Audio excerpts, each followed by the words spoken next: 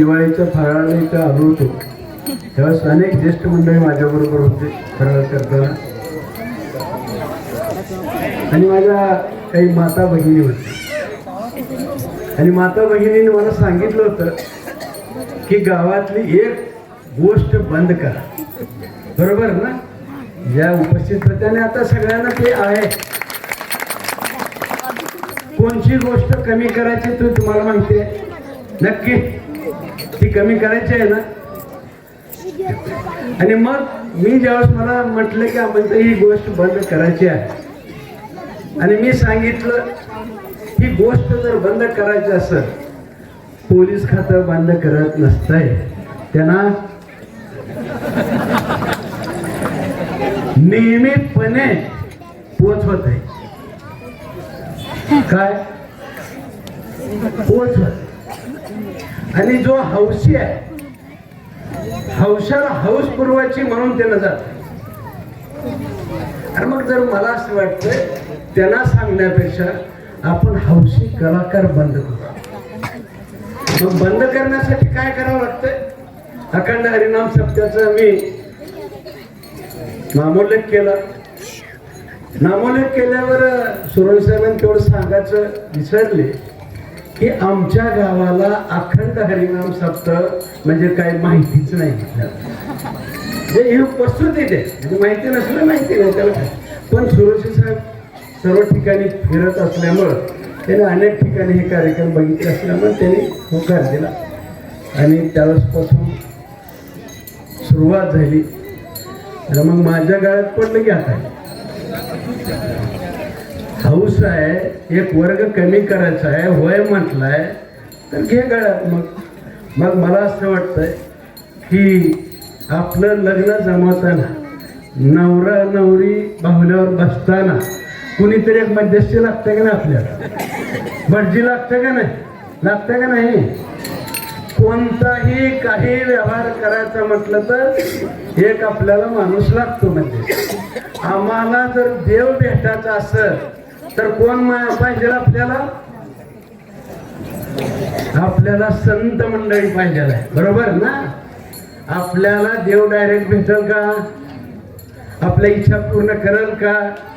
मग संत मंडळी येऊन आपल्याला मार्ग दाखवते. अशा रस्त्यानं मंद्रुप मार्गे मोहळ मार्गे गेला तर पंढरपूर तुला लवकर सापडा असं सांगतात आपल्याला. आणि मग आपण अजून जवळचा कुठला मार्ग आहे का? मग संत मंडळी आपल्याला सांगत असतात. संतांच्या सांगण्यामुळं थोडासा बदल झालाय का? 8 दिवसात काय कमी झालं का? अजून चालूच आहे. असणार आहे, कमी होणार नाही मान्य करतो. वाईट गोष्टी समाजामध्ये लवकर कमी होत नाही. चांगल्या गोष्टीच्या साठी सातत्यानं प्रयत्न करावा. आणि मी संत मंडळींचा खूप मनापासून आभार मानतो की सातत्यानं प्रयत्न करत असतात.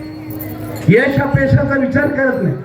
समाजाला प्रबोधन करणं आणि समाजाचं परिवर्तन करणं. समाजाच्या पुढच्या पिढीला संस्कार करणं. संस्कार घडते नाही घडते माहीत नाही. प्रयत्न मात्र त्यांचे आटोकाट असतात. त्यातल्या प्रयत्नातला भाग म्हणून पहिल्या छला सुरवणे साहेबाला भीती वाटत होती की काय होणार. त्यांनी तर म्हटले नाही झालं तर माझं एकट्याचं अपयश झालं तर नांदणी गावकऱ्याचं यश म्हणून. आता यश कोणाचं आहे?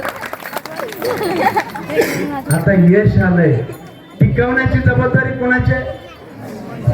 मी इकडं म्हणत नाही. आता इकडच्याला बिलकुल म्हणायचं नाही. काय इकडचे जे करतील ना फक्त संतांनी जे सांगितलंय ते कधीतरी एखादं वाक्य इकडं सांगायचं. तुम्हाला परिवर्तन पाहिजे ना? 100% संपवायचं ना आपल्याला? संपवायचं का ठेवायचंय? काय वावणी दाखल काय ठेवायचं? ठेवायचं नाही तर प्रयत्न गरज कोणाला आहे? हे बंद व्हावं संपवावं हे कोणाला वाटतंय मनापासून? या वर्गाला वाटतंय. बरोबर. इकडं काय वाटतं? इकडं मला लय नावं ठेवत असतील. आता ही दुष्ट माणूस येऊन आम्हाला काय करावं लागला हे म्हणत असतील का नाही? माझ्या दृष्टीने हे पापच आहे का नाही? ह्यांचं वाईटपणा घ्यायचं, ह्यांच्या वाटतं तसल्या शिव्या घ्यायच्या, हे माझ्या दृष्टीनं अंगावर सगळं घ्यायला लागलं ना. कोणासाठी घ्यायला लागलं? आपल्या सर्वांच्यासाठी घ्यायला लागलं, आपल्या पुढच्या पिढीसाठी घ्यायला लागलेलं आहे. ह्यांचा थोडासा वाईटपणा आला हरकत नाही, पण माझी ही माय भगिनी, कोणत्याही माय भगिनीला आपला हा असं असं करत राहायला आवडत नाही. ज्यांनी स्वयंपाक केला असेल, ज्यांनी रांगोळ्या काढल्या असेल, ज्यांनी जे काम केलं, काय मनापासून केले बघा. हे जर सुभाष देशमुखने आमदार निधीतून केलं असतं चाललं असतं का? चाललं नसतं का नाही? आपापाचा माल का पापा. पण तुमचं छटाकभर धान्य असेल, पोतभर मनभर धान्य असेल, तुमचं शारीरिक कष्ट थोडं असेल, काय असेल, 1 रुपया, पण तुमच्या तळमळीचं आहे, तुमच्या कष्टाचं आहे, आणि त्याच्या मागं भाव आहे, भावना आहे त्याच्या मागं. ही घटना आहे. आणि म्हणून मला असं वाटतं की लोकसहभागातून या गावाचं चित्र बदलण्याची ताकद या सर्व महिलांमध्ये यावी, अशी प्रभू रामचंद्राची प्रार्थना करतो. परत एकदा आपल्या सर्वांचं मनापासून आभार.